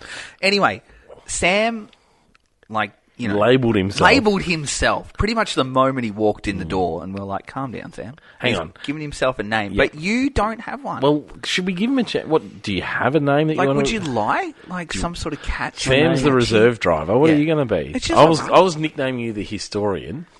That's probably just a crash test dummy. The crash test dummy. That's not too bad. That's not bad. Mind that. What'd you come up with, Tristan? Well, I've got a few, because the other night I was pretty bored, and I thought, I know. And I love ChatGPT at the moment. It's fun to do stuff. So I put in, would you like to know what the prompt is that I put in? Yeah, I'm interested. All right, so this is the prompt. Create a list of catchy host names for a podcaster who is a fan of Formula One, an older man aged 50, that's why I asked you, Good. who has good general knowledge of the late 1980s and 1990 Formula One seasons. I don't know why I put 1980s in there, but I just thought it makes sense. I wish you put in 70 or 80-year-old. 70s. And then it's shot back and say, hey, here's a list of catchy thematic host names. I was like, what's that Ripper. mean? What's thematic? I don't know. Okay. I've never used that word in my life. Anyway. What have we got? So I'll just throw a couple at you. And they gave me categories. So we've got a nostalgic and knowledgeable category. Wow, I like this. So you sounds too nice. You can pick like your personality, mate. And we can pick as well. So you can be nostalgic and knowledgeable. You could be, smart with personality and wit. That doesn't sound like him, no. Or you can be professional and timeless. Oh, no. I don't know about that one either. All right, I'll just throw a couple. So this is from the nostalgic and knowledgeable. I'm looking forward to this. I haven't heard what they are. I'm looking forward to it. You could be Mr. V10. Mr. V10. Wouldn't you love a You could V10? be Mr. V10. Yeah, that actually suits you. Yeah. The chicane historian. The chicane historian. I don't mind that. The pit lane professor. That sounds a little I'm too not a smart. That's a little bit. A little too smart. Yeah, the Grand Prix guru. Yeah. Is all right. So that's a couple in there that I liked Not from bad. the old school overtaker. Nostalgic and knowledgeable. These are good. Yeah, if you're going to go with personality and wit, mate, you could be the grid grandpa. Not yet. You could be the fast talking fossil. This is good. I like this. This is our last You week's could be. segment. It is good. You could be the slipstream senior. Yeah. The 90s paddock pal. Excellent. Like Yes. those silver Yes. fox on slicks. Oh, I've got no hair, sorry. No, that work. doesn't work. No. And yeah, if you want to be professional and timeless, which is what we are not, you could be a throttle through time.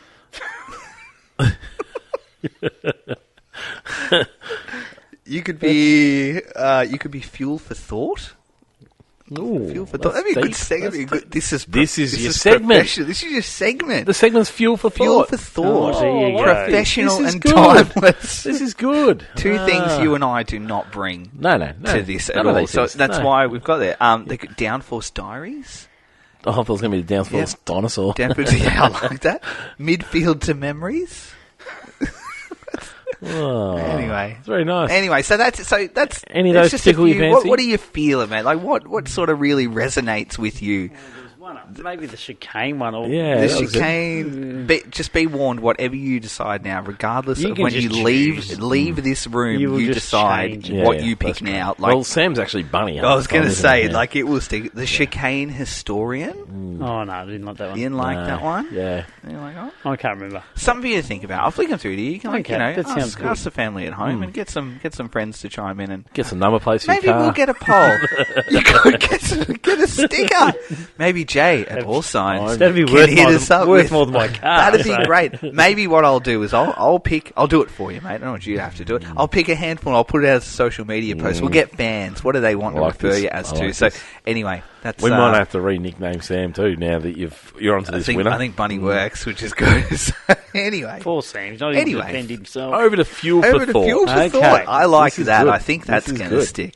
So I went back. Obviously, can't get all of the one-hit wonder, the one-win wonder drivers. I like this a lot. Yeah. One-win wonder. So I just went through a few that.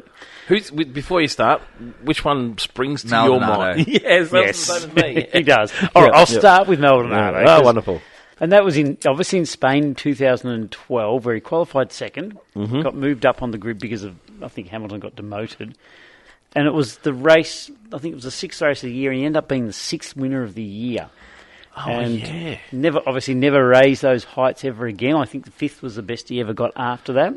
But, I mean, his legacy is he inspired people like Latifi and Sargent and Mazepin just to keep Yes. on crashing. Yes. So, what a legend, eh? But that was a great start to that 2012 season. He And- proved to those blokes that anything was possible. didn't he? Exactly. So, Yep. Pastor Maldonado, obviously one that still resonates with people. But going back into the 70s, there was a Peter Gretham that won the Italian Grand Prix at Monza by 0.01 of a second. Never heard of him. No, but what he actually did, Yeah. as he crossed the line, he knew it was close. In fact, they said that the top four were covered like by 0.62, Wow. 0.5, sorry. He threw his arms up in the air so that the judges would think, he obviously won. He thought, surely they're not going to What year was this? 1971. I like So it. he's thrown his arms up in the air. 1975, Carlos Pace, a Brazilian, won in Brazil. Unfortunately, died 2 years later in a plane crash. Okay. And they turned around and named Interlagos after him. So it's actually officially the Autodrome Carlos Pace. Ah. Okay, there And you go. in 2024, they turned around his mausoleum or whatever it is, his big grave got vandalised. So they moved his body and his coffin to the circuit. So he's actually buried at the circuit. Oh, there you I'd go. like to be buried at a I circuit. would like to be very. Not now. Not at the moment. I'd wait till I was Nah, dead. not like. Yeah. Yeah, not currently. Which circuit? Oh, That's a great opening question. mm. Which circuit? It's a weird one. It is a weird one. Which circuit would you like to be buried at? I'd like to be buried on R31 at Suzuka. I think Just there. Just there. I think That'd be nice. Belgium would be nice. It's a nice spot. Would you want to be buried at Rouge or Radion or down the Camel Straight? Like, where would you like to be? No, we're at the back of the track there somewhere. It's quite pretty. Okay, yeah, that's fair. Yeah. Yeah, I'd probably say around the banking at Monza somewhere. bus Oh yeah. Oh yeah. You love it, Italy. I do. Anyway, continue on. Heikki Kovalainen, obviously, was Lewis Hamilton's teammate. He won in 2008 in Hungary. Was second until Massa retired. So yeah, I didn't realise he'd won one. Yeah. I know, and it's one that just sort of slips by. I guess everything was in. That was Hamilton's. Was that Hamilton's? No, it was Hamilton's title year. Yeah. Yep. Jarno Trulli in 2004 won at Monaco. I think he had 4 poles and he drove for a bunch of teams, but he actually won Monaco. Yeah, right. I wonder, was it wet? Do you know? No, he's on pole. Yep. He fell out with Flav, so he ended up at Toyota after that. people fell out with Flav. Yeah, amazing. That's He obviously didn't want, current sort of trending. he obviously thing didn't at want the to moment, crash isn't it? he didn't want to crash for Fernando. So yeah, obviously Robert Kubica, we all know, in Canada a year after he's had that big accident, and unfortunately then in 2011 had that crash that ruined his career. Oh yes, sorry. I thought you were talking about that one. I was like, he didn't win after that. Yes, no, that was a huge crash, wasn't it? Yeah. Yep. And I mean, it was that great comeback story when Yeah. he come back from it Yep. and race, but he was Yep. just never quite the same. And Lewis Hamilton rates him as probably the best talent he'd ever seen. Yeah. Yeah. Recently. So that was, a very sad one, that one. Now, Alessandro Nannini, I asked you about him today, Yep. and you couldn't put a time or a place. No. Because he won the 1989 Japanese Grand Prix, and all anyone remembers was that's the race where Senna and Prost collided at the chicane. Prost was out, Senna got pushed back onto the track, went absolutely nuts for 20 laps and whatever it was, and won the race. And then was disqualified Later on, Yeah. after the fact. by Ballestrini or whatever his name, the French. Did Nannini get on the podium? Yeah, so I think what happened is they didn't do the podium celebrations until after, so he got on the podium. Yep. I'm yeah, pretty 'cause sure you'd be that's how it shattered went. if it was your only Oh, win no. and you didn't get to spray the champagne as the Grand Prix winner, wouldn't you? Yeah, and like they changed the rules after that crash, and like Senna walked out a year later because he was so shitty about the fact that he actually then cut his arm off in a helicopter crash at his vineyard, Oh. and then they sewed it back on, but he could never drive F1 again. But Ferrari, who were looking at him, actually then gave him a test drive just to sort of Yeah, right. say that, and then I think Flav gave him a drive in, and I think about 96 in a Benetton, because he was in a Benetton when he won. Yep. So yeah, that was one of those winners that's just completely overshadowed. Yep. Olivia Paterson, this is when I really was starting to get into F1. Monaco in Monaco's 96. win, in the rain. It was completely different conditions. I think he started 14th, but he actually overtook a whole bunch of people. Yes, he did. And only 4 cars finished. I was going to say there was a bunch of retirements. Yeah, wasn't bunch there? of retirements. Mansell was the roadblock, wasn't he? No, that Mansell was retired by Sorry, then. that's right. Yeah, we'll see. That was, So he was a beautiful looking car too, the Ligier at the time. So, Yes. I heard a good podcast. I think it was the Beyond the Grid one with him. It was quite interesting. Yeah. Yeah. And I think that's the last one I've got is just one of the biggest what ifs in F1. Oh, really? Well, what if So John Lacey won one race. Canada. Yep. In Canada in 1995 with the 27 at Circuit Gilles Villeneuve. Yep. And so, and everyone thought he'd win a lot more. He came into the scene on fourth on debut in a Tyrrell in 1989. And then he'd signed for Williams in 1991. And Williams, the story goes that Williams jacked around for a lot and hadn't announced it all, blah, blah, blah. And Ferrari come along. And he's French-Sicilian, so his parents are Sicilian, and he went, I'm going to drive for Ferrari, and said... Because Williams was taking too long. Well, partly because it's taking too long, but Ferrari. He wanted Ferrari. Yep. So Frank released him. They paid... Oh, so he was with He would sign the Williams? contract that hadn't been announced. Right. And the condition was that he had to deliver a Ferrari to Frank Williams for Really? it. Plus, Ferrari had to pay him $4 million to Williams. Oh, how good. And so if you go to the Williams... Well, a long time ago it was there. It's not actually his Ferrari, but there's an Alain Prost Ferrari from that year sitting there. Because obviously John Lacey... John Lacey went and got it done for Frank Williams. Yeah, right. And in the end, the years he missed out with Williams, it was like 91, which they didn't go that well, but 92 champions, 93 champions, and then from then, who knows? Yeah. And then he just never got to that same thing. Went on to Benetton and... It's amazing Williams' success over the years, isn't it? Like being a family team, being able to... It just seems so unheard of nowadays, doesn't it? Like a family team being able to match it with all the big guns. So they are my interesting one-off... I liked it. One-off... I like it. So we're going to have... So it's going to be like a segment, but every week it's going to be a little bit different. Different flavor. I can't create jobs for the F1 drivers every week. No, run out of jobs. No, that's... I was thinking that last week. I was like, well, it's going to be short-lived. Yeah. But it's your one and done sort of thing. No, he's going to keep coming up with some goodies. So, like I said, Sam's got one coming. So when Sam's on next, he can run one. I like Fuel Does Sam have a segment name, or is he just... he's just checking in with friends. That's right, checking in with friends. He's going back and looking at what some of the XF1 drivers are doing now. So it's the same thing. We're going to just be doing the same Yeah, stuff. I think he was planning on getting into the Formula E area. I don't like Formula E. No one does, but it seems to be a graveyard of Formula 1 drivers, doesn't it? So Fuel for thought. Yeah. It's some music or something like that, don't we? Yeah, except for the that I sound have to be able to effect. play it. Maybe just a sound effect. Like an engine. You can make one. Brum, brum, brum. Any news? Any news? Well, at the moment, just some live news. I'm putting out this question that we've asked Shane. So while we do Fan Frenzy, we'll have some... I was also very interested in what you're saying. Please don't feel like it wasn't. We've seen the Disney as well. Let's talk Jack Doohan really quickly. Oh, okay. At the moment, because we saw a post go live a couple of days ago that was allegedly from Mick Doohan, which was an Instagram post in relation to Colin Pinto's crash, which I think you sent through to our group chat. Well, I was like, it's like, check this out. I'm not sure is that real or not. And then, anyway, Jack came out really strong yesterday. And it's been proven that is false. It's been fake. It's just made up by someone on the internet. And he has just openly come out and said, hey, take a massive step back. We've gone well across the line. I didn't think it would reach this point, and we're starting to target family members and things like that. And he's absolutely spot on. Alpine came out yesterday, late last night, put out a statement about respect for drivers and online trolling and stuff like that, which I really love from both of them.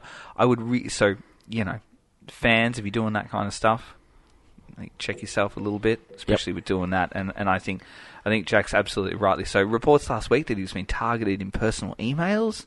And that they'd found that his actual personal private emails being bombarded with death threats and stuff like that. That's ridiculous. Yep. You can have a difference of opinion. That is fine, and you can dislike a driver, and that is okay. I think fans are it is okay to be openly vocal about who you like, who you don't like. Yeah, it's a passionate sport. Yeah, and you can be passionate, but you can't be violent or abusive to that kind of level. We all get fired up every now and then about things, but you can't be targeting that kind of stuff, especially at that level where you're personally emailing a driver and attacking family members and stuff like that. So, yeah, anyway, I'd love Alpine to come out this week. I would love someone to turn up in Monaco and just double down on that in front of the media. I think that'd be really yeah, good. well, Colapinto made his statement. Yep. I think he could go stronger again on that. I would like to see Flav come out.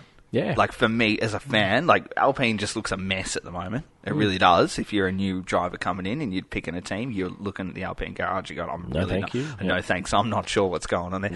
So I would love to turn up at Monaco on Friday, and I would love Flav to front the media and just go, bang, no, we're not doing this. Yep, this is not what we stand for. Yes. Yep. What about his comments? Now, onto the 5 race. So the 5 race Colapinto comment. Oh, I'm just trying to find it where it is. I think it was like the 17th. Don't misquote me on the dates here. Where he came out, Flav himself came out and said, "Hey, we are giving Franco Colapinto." I don't know. It was in the team. It was in the races. team statement, wasn't it? Team I don't think it statement. was a Flavio comment. Okay, I've got it. I'll see if I can find it. But Yep. it was something. I'll find the exact date in a moment. We'll go through no, the it was news. sent out. So I got it as part of like a media release on email. Yeah, okay. To the pod, and I sent it. That's what I sent to you guys. Yeah, and yes, it was like the 5 races. Like, well, there you go. I'll find the one that went to like the international media or something like that, because he passed a similar comment, and it was him saying, "We will give Franco the next 5," and then we've turned up to this round, and his comments are, these are his comments: Franco will race as much as needed. I read somewhere that he'll have 5 races, but no, there's no set limit. He needs to be fast, not crash and score points. I'm only asking him these 3 things. If he does them well, he will drive forever. Now, Flavio, you read in your team's email that was sent to you about the 5 races. It wasn't made up by media. So, Yeah. I said last week, I think like it was along that line that we would just see Colapinto in now. I feel for Jack a little bit more now. I'm with you that Jack won't come back. Yep. But Colapinto is no guarantee for anything. And I think, so I don't know. I feel for him a little bit more. I think his results-based, it wasn't working. And for me, that made sense. So the media release sent out from Alpine. Yep. This is sent to media. So the Alpine Formula 1 team announces that Franco Colapinto will drive alongside Pierre Gasly for the next 5 races. Okay, so here's Flav's quote to international media, this is through Autosport. So it's on the 7th of May. We have come to the decision to put Franco in the car alongside Pierre for the next 5 races. And then Flav on the 16th of May, I read somewhere that Franco will have 5 races, but no, there is no set limit on his races. So that's through Autosport. You can have a look at that. They've reported that. I read a really interesting online comment from someone that he's the Donald Trump of Formula 1. Yeah, that's pretty accurate. It kind of made sense to me there. So Anyway, so look, like I said, I think Jack's results weren't doing him favours there, but I feel a little bit for him now because it's certainly... it's got out of hand at a rate of knots with things like that. So I hope, fingers crossed, we see someone from Alpine come out Friday morning and just sort of back in, because he's still part of the stable, like he was there at Imola on Saturday. He was there ready to go. I mean, at one point, after Colapinto's crash, I was like, Jack Dillon's going to race here. Imagine that he gets dropped in races the next race. I was like, oh boy, here we go. Any news? Any other news that you want to bring up? No, that's sort of... There's a lot of hope being pitted in these C6 tyres, the ultra soft tyres that they've developed, Pirelli's developed. They're coming to Monaco. Obviously, we saw them for qualifying at Imola. Did we see one in the race at all? No. I don't think anyone put him on. Put one on. There was, who was it that was keen? Leclerc was keen, wasn't he? I think he... And he was nearly right, because when he was asking for it, it was 17 laps to go, and then when they got started, I think there was only 11 laps to go. It was the slowest removal of a car, and I guess it's... If you've ever been to Italy, you know things don't happen quickly. Yes, that's true. Yeah, no, it did take a while. But so the C6 was obviously debuted at Imola, but it's going to be a key point at Monaco, where Monaco, obviously, there's going to be a mandatory 2 stops being made for the first time. Has there ever been a mandatory 2-stop race? Not that I can remember. No, it's the first Bridgestone, I reckon there was some issues with some tyres at one point where they mandated some extra stops. It wasn't that long ago, actually, at Silverstone. Or they were talking about it, at least, yeah. I remember they did it at Phillip Island on the MotoGPs. They made them change bikes halfway through. That was So they're going to be doing that, but yeah, the C6 is going to be an important element of that apparently. So but they're looking for some interesting strategies and hoping that the C6 might survive, because I think that they're expecting it should be a race-worthy tyre at some point, particularly for a little stint. Anything else that sort of come across your desk? Nope. We're going to Monaco next, as we just mentioned. I love Monaco. It's it is the jewel in the crown. I was going to say the crown, the jewel. The jewel in the crown, not for its racing, but for the fact that those cars can go as fast as they do around that little circuit, and being able to see it, and being able to see how close they get, and then it comes with all the wow factor of Monaco in general.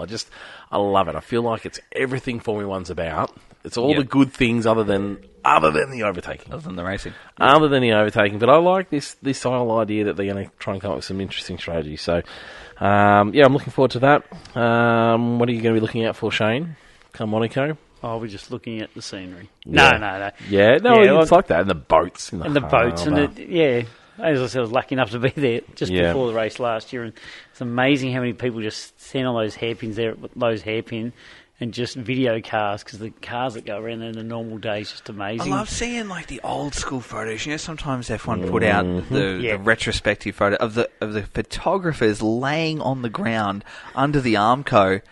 I'm thinking that would be unreal. Imagine doing that these days. That would be so good. Well, as they come out of that tunnel and into that chicane, and they get that, because there's no fence, and they stand just looking at what you would do to be at that spot. Oh, imagine. You'd pay anything to have a seat there. Yeah. That would be fantastic. Yep. We're looking at decent weather, I believe. Possible some precipitation on Saturday. I'm not sure any weather would do a great deal to the racing, to be quite honest. No, I probably prefer decent weather. Yeah, like if I'm going to watch it, like night. at least it's you're spot on. Yep. Who's the rookie that's going to make the big error? Because it's someone will. Colapinto. Someone will. Crusher Pinto. Mr. Stroll, probably. Yeah. He's not a rookie. He's a rookie. Yeah, he still makes shit mistakes. The rookie that's going to make the big mistake. Who's going to who's really the first one that's just going to really... Yeah, I don't know.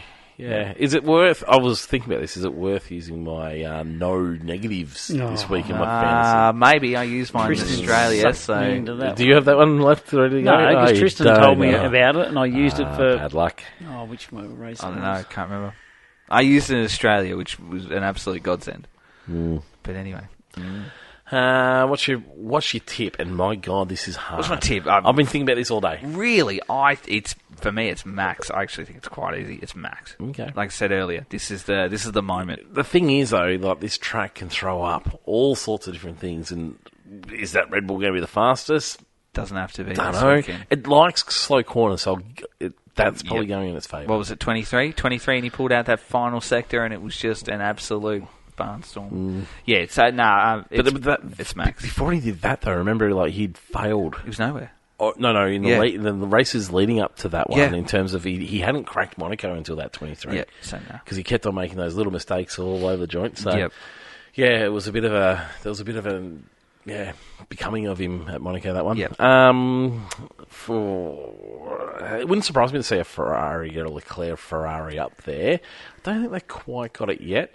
I'm going to go with Oscar. Oscar's the form man at the moment. Yeah. Shane? I'm going Max, but I think the Ferrari, having the mandatory 2 stop, will actually stop that. If it was only a 1 stop, then they might be able to... Charles could throw it on pole and just sit there and block it up. Yeah. But I think because there's that option to play that little strategy game, I think that will just be against Ferrari. So I'd say it's going to be a Max or a McLaren.